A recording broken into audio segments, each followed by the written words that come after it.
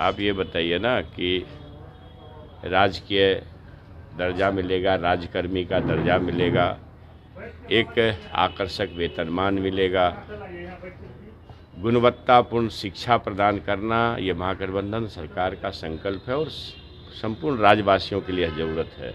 आप सभी महसूस करते होंगे कि गुणवत्तापूर्ण शिक्षा की कितनी ज़रूरत है और गरीब, मजलूम और बेबस आदमी सरकारी संस्थान में ही अपने बच्चों को पढ़ाते हैं। किसी निजी संस्थान में पढ़ाने की उनकी क्षमता नहीं होती है।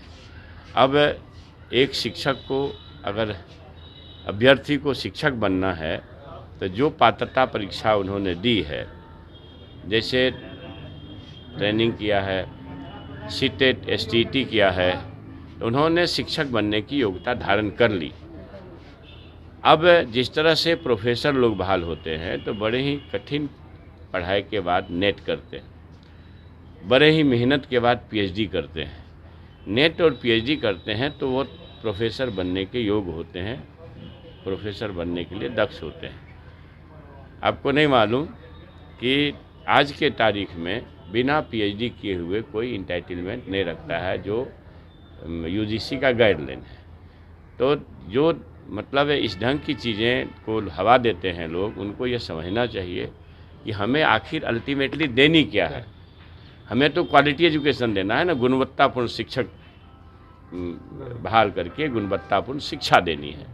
तो गुणवत्तापूर्ण शिक्षक बहाल करने में अगर किन्हीं कुछ परेशानी हो रही है तो जो वर्षों से 15 साल 20 साल से लोग पढ़ा रहे हैं, ऐसे नियोजित शिक्षक अपने आप को नियोजन के दंश से अगर अलग करना चाहते हैं तो उनके नियोजन में, माननीय मुख्यमंत्री जी ने कहा है कि नियोजन की नीति है, नियोजन की नीति जो बरकरार है उसमें से नियोजित शिक्षकों को हटा तो नहीं रहे, बल्कि माननीय मुख्यमंत्री जी ने कई अवसर पर कहा है कि हम वेतन बढ़ाने जा रहे हैं।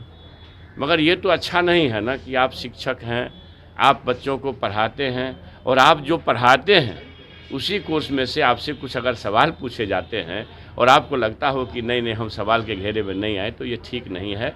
आप अगर राज्यकर्मी का दर्जा चाहते हैं तो एक कदम आगे बढ़ने के लिए थोड़ी मेहनत करिए। ऐसा नहीं ना है कि आप बीडीओ साहब हैं, सीओ साहब हैं या किरानी साहब हैं या बाबू लोग हैं कि भाई आपको पढ़ाई से रिश्ता छूट गया। आप तो लगातार पढ़ाई के संपर्क में हैं।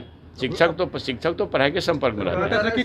क्वालिटी बेहतर ना, आप इन्हीं बताइए ना कि क्वालिटी शिक्षक बहाल होंगे, गुणवत्तापूर्ण शिक्षक बहाल होंगे, तभी तो गुणवत्तापूर्ण शिक्षा मिल पाएगी आम लोगों को। इसलिए हमारे राज्य के हित में, माता पिता के हित में, छात्रों के हित में, और फिर सबसे बड़ी चीज़ जो है, ज्ञान की भूमि अगर भारत है तो उसके सबसे बड़े आधार बिहार है।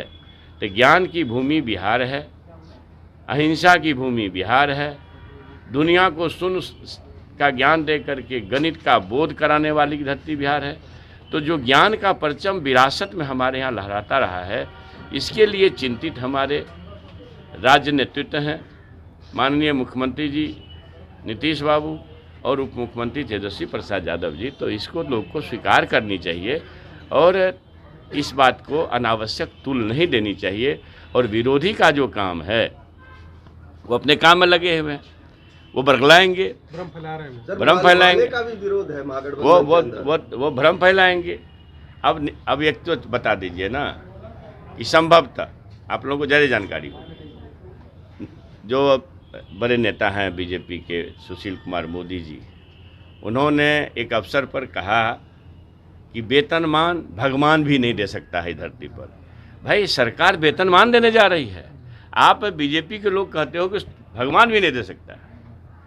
दिल्ली से नौकरियां गायब हो गई, भारत सरकार के उपक्रमों को निजी हाथों में डाल करके भारत सरकार के जो बड़े पैमाने पर रेल में नौकरियां दी जाती थी, अन्य जगह नौकरियां दी जाती थी। 2 करोड़ नौकरी का वादा था श्रीमान, 9 वर्ष में तो 18-16 करोड़ लोगों को नौकरी होनी चाहिए थी वादे के हिसाब से। तो नौकरियां कहाँ गायब है? तो जो सरकार आपको देने के लिए 10 लाख का एक पहला चरण है, 2.5 लाख के आसपास की बहाली होगी, हो सकता है ज़्यादा भी हो, और 2.25 लाख के आसपास का, लगभग 1,60,000 के आसपास का स्वास्थ्य विभाग में बहाली होनी है। तो जब इतनी बहालियाँ एक साथ लगभग 5 लाख के आसपास, 4 लाख के आसपास सिर्फ 2 विभाग में बहाली होने जा रही है, तो आप राज्यवासी इस बात को गंभीरतापूर्वक लें और हमारे जो बेरोजगार हैं वो भी इस बात को गंभीरतापूर्वक लें। अभ्यर्थी तैयारी करें।